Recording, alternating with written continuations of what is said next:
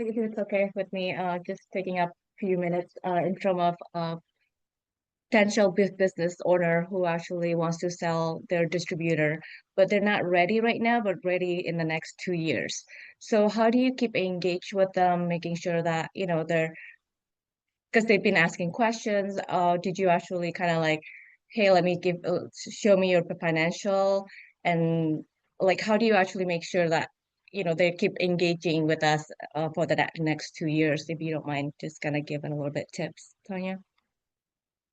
Yeah, I mean, I think if you know somebody is looking to sell in a couple of years, then one of the things you can do is start sending them, just send them things of value. So send them an email that's got an article attached to it about value drivers in a business, and you can have conversations with them about their value drivers. Do they have management in place? So do they have, how as far as the owner goes, what are they doing day to day? Are they making all of the decisions?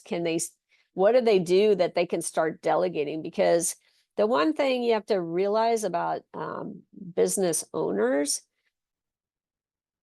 the less dependent that their business is on them, the more value it's going to have. Because you're looking at business value, but what you're really looking at is transferable value. So when the business owner walks out the door shuts behind him, what is left there that will be transferring over to a buyer? So if you can have some of those conversations and just touch base every couple of months and check in, hey, what's going on? How are you doing? Is cash flow wise things pretty stable? You can have them send you financials if you can establish that relationship with them. Say, hey, I'd be happy to take a look at your financials by month and see where we're going to have questions. And again, just send them any articles you can find on value drivers. Do they have any subscriptions? Everybody loves subscriptions because that helps with cash flow. So what are some things they can do to actually build value between now and the 2 years from now when they want to sell? Because anything they can do to grow the business is going to benefit them and you. Because now you're going to get a business that's more stable, has better value drivers, is worth more, right? When you sell it, which means your fee is going to be higher and they're going to put more in their pocket. Thank you. Hmm? Anybody else have anything they want to add to that? What do you do to keep in touch with sellers that are not quite ready to sell? You can send a note at for example, the Thanksgiving, Christmas. Yeah, to remind them you still exist and wishing them the best in their business. Yeah. Yeah. And also just a simple email every now and then just to say, hey, just checking in, hope everything's going well. Is there anything I can help you with? Do you need referrals to anybody? Because sometimes, they may be having like a marketing issue and they need a referral to a marketing expert. And so if you have a good contact list, you can always connect them to other professionals. And then that makes you the problem solver, right? Then they know, oh, hey, if I need something done or if I have a problem I need to fix, I'm going to call Meryl. Yeah. And she'll And the connect me good to the thing, right they actually person. have a lot of government contract too. And then that's something that I'm not really too familiar in terms of like how do we deal with a lot of that government contract and how it is transferred.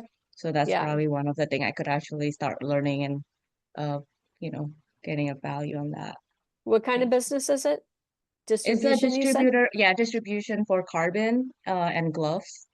Hmm. I'm not sure if they actually have um, the factory in China or in Indonesia. I'm not really quite sure, but I know that they're they have a lot. They're sending a lot of the carbon here, and they do a lot of contract with the government, especially as with the fire. They've been getting a lot more Mm, contracts for that yeah. fire. So it's I probably will say the business probably worth more than 5 million. So that's kind of something a little bit scary for me. But I just have to kind of, they can always say 5 to 10 million. I haven't seen the financial yet. So I'm building the trust for them to actually start giving me a financial. But I told them like just be clean, make sure everything's, if you have any cash, just put it in, start recording all the cash transaction. That's the first thing that I just told them. Yeah, absolutely. And you're absolutely right. I mean, clean financials, it makes a big difference. It definitely. Both on the lending side, right?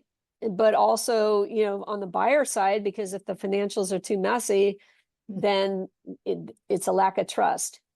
So if the seller is trying to, the buyer can look at it as, okay, the seller's is skimming cash or trying to cheat the government or trying to do whatever.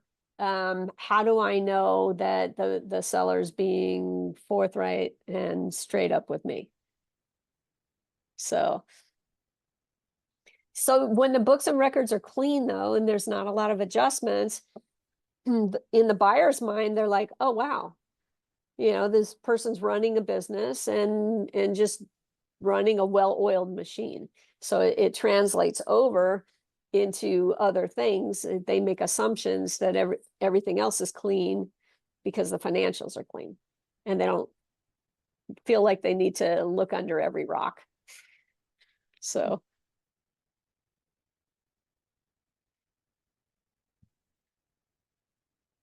I would say if there are government contracts, Meryl, one thing, a lot of times when you're dealing with government contracts, you're looking at a stock sale, just so you know, because there's a cage code, there's the way the government, and it depends. I mean, I've done some stuff where they had contracts with Department of Defense and military, and so what happened was, they have long-term contracts.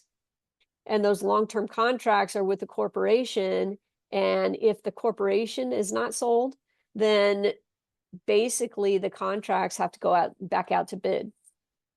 And so that would obviously disrupt the cash flow. So generally speaking, it's a corporation that gets sold so that the tax ID number stays the same. There's no change there. The cage code stays the same, no change there. The only thing that really changes is who the president of the corporation is. So your officers change, your shareholders and your officers change, but that's not a big deal. But it doesn't, your contracts typically stay in place. Yeah, I think So, they're as S corp currently. So yeah. So that's okay. thank you. Uh-huh.